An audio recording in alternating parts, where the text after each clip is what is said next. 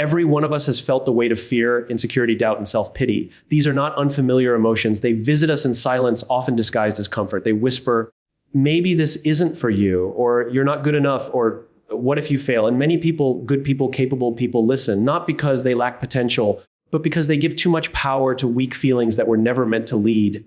We need to understand one critical truth: your feelings are valid, but they're not always right. They're signals, not commands. They're indicators, not instructions. And if we don't learn to manage and master them, they will sabotage every dream, every goal, and every ounce of greatness within us. Let's be honest. You can't build the life you want if you're constantly reacting to your emotions. Emotions are human. But unchecked emotions, especially the weak ones, are dangerous. They'll keep you quiet when you should speak. They'll keep you still when you should move. And worst of all, they'll keep you average when you were born to be exceptional. Think about the great people of history.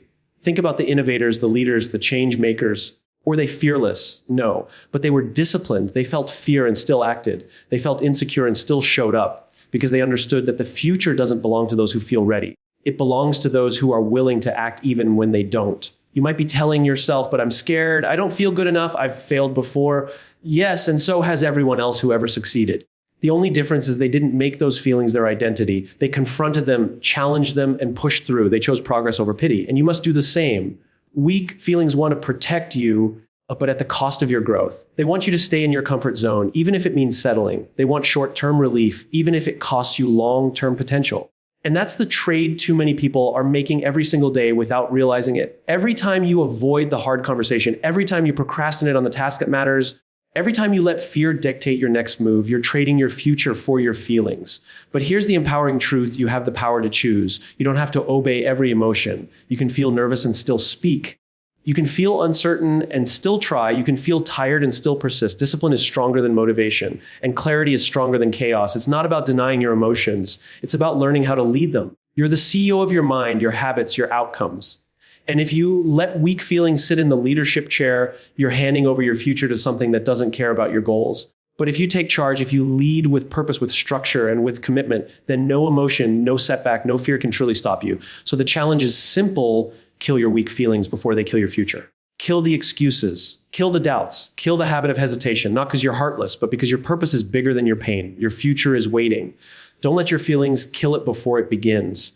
5 keynotes from the speech: feelings are valid, but they are not always right. You must treat them as signals, not as commands. Weak emotions often disguise themselves as comfort, but they delay or destroy long-term growth. Every successful person has felt fear, doubt, and insecurity, but they didn't let those feelings lead. Discipline and clarity are more reliable than motivation or emotion in shaping your future. You must consciously reject the emotions that hold you back and lead yourself with intentional action. When we say that feelings are valid but not always right, we are stepping into one of the most misunderstood aspects of personal growth.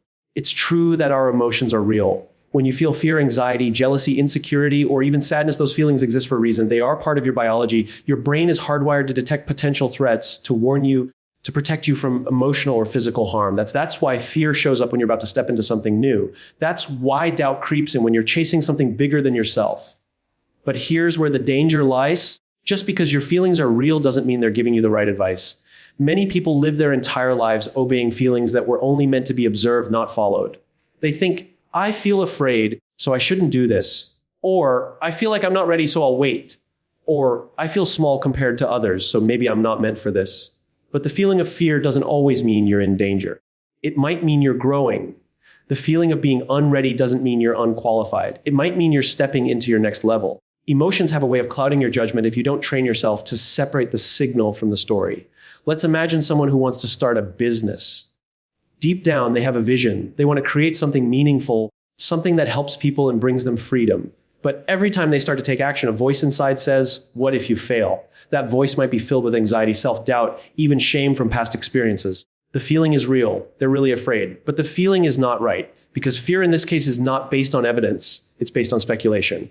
It's the brain trying to avoid discomfort, even if that discomfort is necessary for success. If they obey that feeling, they'll stay stuck. If they see it, acknowledge it, but still act, they'll move forward. There's a difference between being aware of your emotions and being ruled by them. When you're aware of your feelings, you can name them. I'm feeling anxious. I'm feeling overwhelmed. I'm feeling insecure. This awareness creates a gap, and in that gap, you can choose your response. But when you're ruled by your feelings, there's no gap. There's only reaction. You feel scared and you retreat. You feel tired and you give up. You feel uncertain and you stop trying. That's the cycle that keeps people average, not because they lack intelligence or skill, but because they've never learned how to challenge their emotions with logic and intention. This is not about suppressing how you feel. Suppression leads to burnout. It leads to resentment. This is about understanding that your feelings are only part of the story.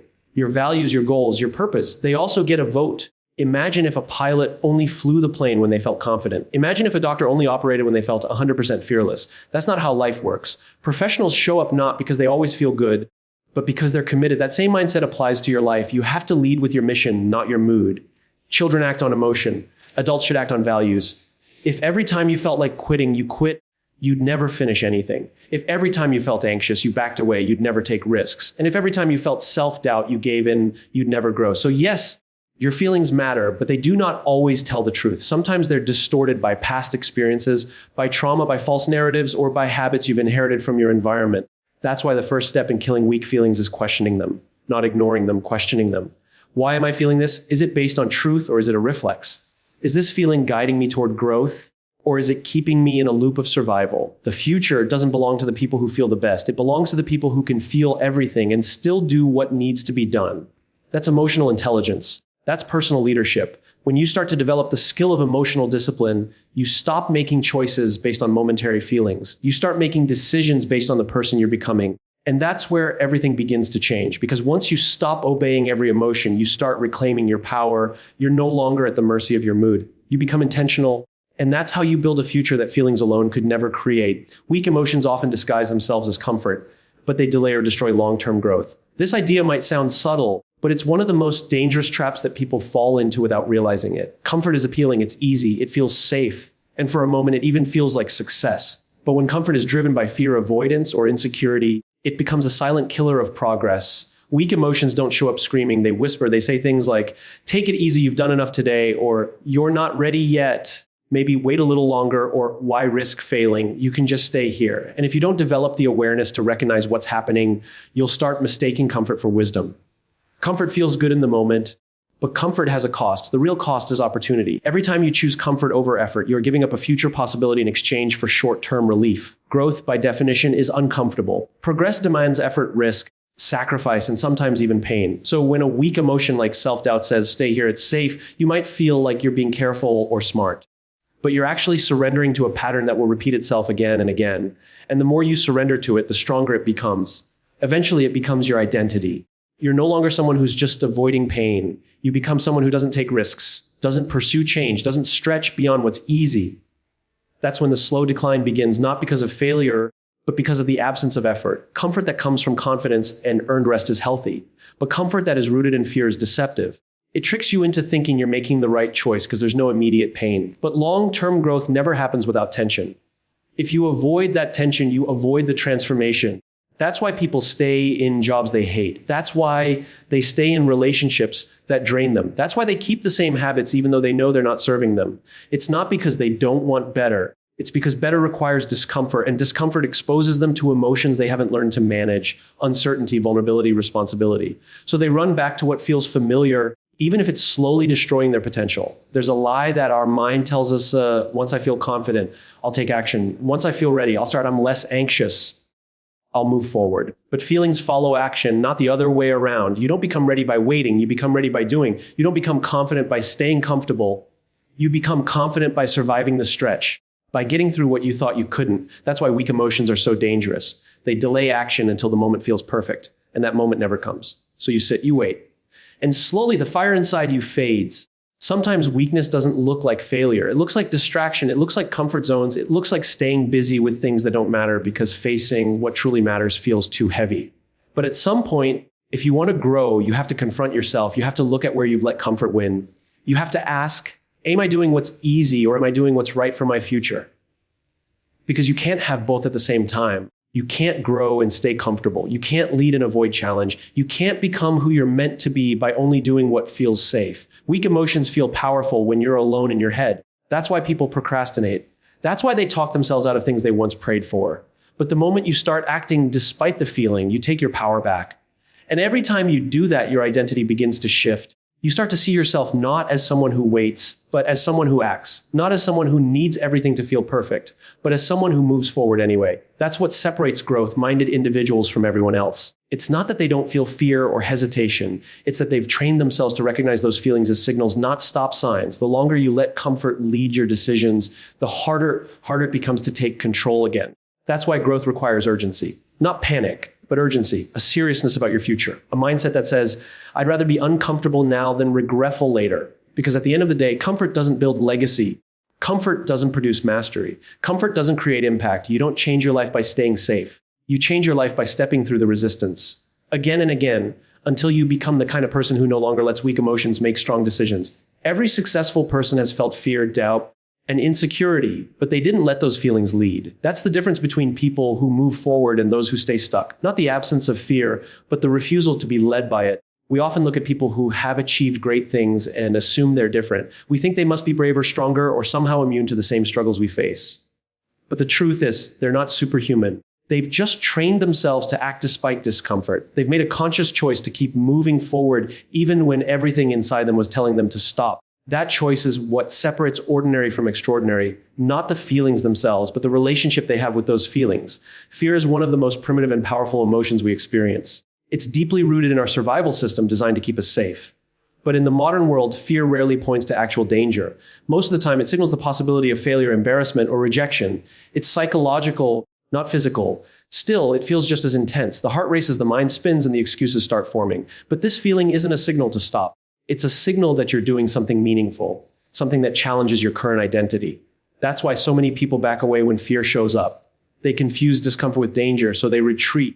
But successful people know that fear is part of the journey. If you want to grow, fear is not optional. It's not a sign you're doing something wrong. It's often proof that you're on the right path. Doubt is just as powerful. It creeps in silently and often disguises itself as logic. It says, you're not ready, or you're not the kind of person who can do this. It presents itself as caution, but it's really hesitation built on self-limiting beliefs. And if you let doubt lead, it becomes a filter through which you see the world. Opportunities start to look like traps. Challenges look like threats. And your potential gets hidden behind a wall of imaginary limits. But those who succeed don't wait for doubt to disappear before they take action. They recognize it for what it is, a byproduct of stepping into new territory, and they take action anyway. They understand that courage is not the absence of doubt. It's the ability to act while carrying it. Insecurity is another emotion that has the power to distort reality. It tells you that others are better, more deserving, more talented. It makes you compare your behind the scenes to someone else's highlight reel. But insecurity loses its grip when you realize that everyone is carrying it, even the people you look up to. Every speaker who has ever stood on a stage, every entrepreneur who has launched a business, every leader who has made a bold decision, they've all battled with the voice that says, "Who do you think you are?" But they didn't let that voice stop them. They pushed through. And in pushing through, they built confidence, not before the action, but because of the action. What makes successful people different isn't that they avoid these emotions. It's that they expect them, they prepare for them, and they refuse to be ruled by them. They make choices based on values, on goals, on long-term vision, not on momentary feelings. That's a powerful mindset shift. Because if you wait to feel confident before you act, you'll never act. If you wait to feel fearless before you start, you'll never start. The feeling doesn't come first, the decision does. And from the decision comes momentum. And from momentum comes belief. Many people try to fix their emotions before they move. They read books, listen to podcasts, or seek motivation, hoping that one day they'll wake up and not feel scared anymore. But that day never comes. Because the only way to stop being afraid of something is to face it repeatedly until your mind rewires itself. Action is the cure for fear. Not thinking, not waiting, not preparing endlessly. Just action. The small, uncomfortable steps you take in the presence of fear slowly turn that fear into strength.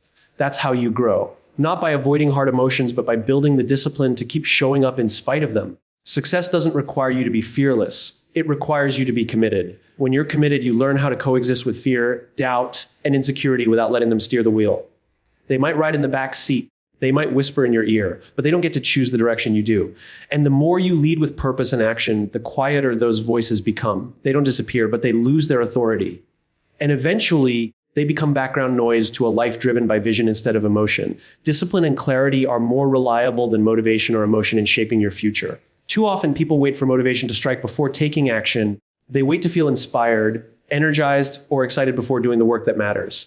But motivation is fleeting. It comes and goes like the weather. You might feel unstoppable one day and completely indifferent the next. If your progress depends on how motivated you feel, you'll be inconsistent. And inconsistency kills momentum. The people who build powerful lives, strong habits, and successful paths are not the ones who feel motivated all the time. They are the ones who remain disciplined regardless of how they feel. Discipline is the ability to do what needs to be done even when you don't feel like doing it. It's not glamorous. It doesn't always feel good, but it builds something that emotion alone can never give you: trust in yourself. Every time you act with discipline, even in small ways, you prove to yourself that you can follow through. You start to develop a reputation with yourself. You stop being someone who makes excuses and starts becoming someone who follows through. And that shift in identity is where real transformation begins. Motivation might get you started, but discipline keeps you moving when everything else tells you to stop. Clarity works in a similar way. When you are clear about what you want and why you want it, you reduce emotional noise. You don't get distracted by every obstacle or overwhelmed by temporary discomfort. Clarity gives you direction. It keeps you grounded when fear or doubt show up. It reminds you of the bigger picture. Most people don't lack talent or effort. They lack clarity. They haven't taken the time to define their values, their goals, or the standards they're willing to live by. As a result, they get pulled in every direction by emotion, pressure, and impulse. But once your clear decisions become simpler, not easier, but simpler, you stop chasing everything that feels good and start aligning with what actually matters. The world around you will constantly throw distractions your way. Social media, opinions, opportunities, criticism, it's endless. Without clarity, you'll jump from goal to goal, idea to idea, constantly reacting rather than leading. But clarity creates boundaries. It tells you what to say yes to and what to ignore. When you know who you are and what your mission is, you don't need to argue with every emotion. You just act. Discipline helps you follow through. Clarity helps you focus. Together, they form the foundation for meaningful progress. There will be days when your emotions try to lead you astray. Days when fear tells you to hide, when frustration tells you to quit, or when apathy tells you none of this matters. On those days, motivation won't save you. You won't feel inspired. But if you've trained discipline, you'll still move. And if you've built clarity, you'll remember why you're moving. That's the difference between people who keep growing and people who stay stuck. The former are anchored by discipline and clarity. The latter are driven by emotion and unpredictability. One of the biggest mistakes people make is thinking they need to feel ready before they take action. They wait for the perfect mood, the perfect moment, or the perfect plan. But those who rely on emotion to drive progress will always be at the mercy of their moods. The truth is, readiness is a decision, not a feeling. Discipline doesn't ask how you feel. It simply asks what needs to be done. And clarity doesn't wait for confidence. It moves with conviction. When you develop both, you no longer need motivation to act. You create momentum through consistency, and momentum produces far more results than waiting ever will. It's not that emotions have no place in growth. Emotions are powerful and they can be useful, but they are terrible leaders. They're inconsistent. They're reactive. They shift with circumstances. Discipline and clarity, however, are chosen. They're built. They are tools you control, not forces that control you. That's why they're reliable. They don't rely on circumstances. They don't change with the weather. And they don't disappear when things get hard. In fact, they shine when things get hard. They remind you that the goal is still the goal, even when the process feels difficult. They keep you aligned, focused, and moving forward long after emotion has faded. If you want to build something lasting, whether it's a career, a relationship, or a sense of self-worth, you must lead with discipline and clarity. Not because it's easy, but because it's stable. It grounds you in action, not reaction. It gives you a compass when your emotions spin out of control. And it ensures that no matter what life throws your way, you're not led by the chaos of your feelings. You're led by the commitment to your future. You must consciously reject the emotions that hold you back and lead yourself with intentional action. Life doesn't wait for you to feel ready. The opportunities that shape your future won't always show up when you're feeling confident, energized, or emotionally prepared. More often, they appear during ordinary days when you're tired, uncertain, or afraid. And that's where most people lose the battle, not because they're incapable, but because they've never learned to act without permission from their emotions. Emotions are powerful, but not always helpful. They can inspire greatness, but they can also justify delay, avoidance, and smallness. The difference lies in whether you let those emotions guide your behavior or simply acknowledge them and move anyway. We all carry emotional patterns shaped by our past experiences. Some people live in cycles of fear, others in cycles of guilt or shame. Some are trapped in the need for approval. These emotional loops become internal narratives. I'm not good enough. What if I fail? Or they think I'm a fraud. These narratives feel real, but feeling something doesn't make it. That's why self-leadership is so critical. Self-leadership means you no longer wait for your feelings to align perfectly with your goals. You take intentional action whether your emotions support you or not. It's not denial. It's discipline. It's the decision to not let fear, doubt, or weakness determine the direction of your life. People often misunderstand emotional rejection. Rejecting the emotions that hold you back doesn't mean suppressing them or pretending they don't exist. It means refusing to hand over your power to them. It means you can feel anxious and still show up. You can feel insecure and still raise your hand. You can feel overwhelmed and still move forward one step at a time. You stop looking for emotional permission and you start creating emotional resilience. You lead yourself through action, and through action, your identity evolves. You stop being the person who lets emotions control decisions and start becoming the person who leads despite them. Intentional action is the opposite of emotional reaction. When you act with intention, your behavior aligns with your values, not your feelings. You know what matters to you, what you're committed to, and you choose to move toward it consistently. You don't let the ups and downs of emotion become the steering wheel of your life. Instead, you check in with your purpose. Purpose becomes the anchor, the standard, the reason you keep showing up when you feel like quitting. It's not about being robotic. It's about being responsible for your direction.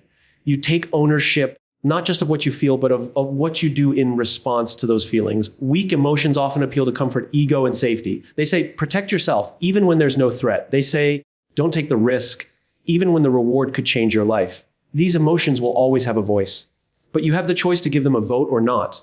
Growth demands that you override those voices with conviction. That doesn't happen by accident. It happens when you consciously recognize the emotion, name it, challenge it, and act anyway. That's how you develop emotional strength, not by avoiding emotion, by learning how to keep it in its place. There's a version of you on the other side of fear, on the other side of doubt, on the other side of hesitation. But you'll never meet that version if you obey every weak emotion that arises. Action creates clarity. Action rewrites internal narratives. Action transforms your identity. The more you act in defiance of fear and in alignment with your purpose, the more your brain starts to believe, I am the kind of person who shows up no matter what, and belief built through action is unshakable. It's not a temporary high like motivation. It's not a surface level confidence. It's earned conviction. Your future depends on your ability to lead yourself. Nobody else is going to silence the voices of fear and doubt for you. Nobody else is going to pull you into alignment. That's your job. And it begins by drawing a clear line between feeling and action. You're allowed to feel anything, but you're not allowed to let those feelings dictate everything. If you want to live a life of impact, you have to become the kind of person who moves forward even with trembling hands. You have to become intentional, not just emotional. You have to decide every single day that your feelings will take a back seat to your focus and your emotions will not be the reason you betray your future. The emotions that hold you back are not signs of weakness. They're simply part of being human. But if you allow those emotions to lead your decisions, they will quietly steal the future you're capable of building. Every fear ignored, every doubt obeyed, and every comfort zone chosen over challenge is a step away from your potential. This entire message isn't about denying what you feel. It's about refusing to be controlled by it. You have the power to choose a higher standard for your life. You have the ability to act with discipline, lead yourself with clarity, and rise above the weak emotions that want to keep you small. Your future is too important to be negotiated with fear, too valuable to be paused by hesitation. Kill your weak feelings before they kill your future, and step boldly into the person you were meant to become.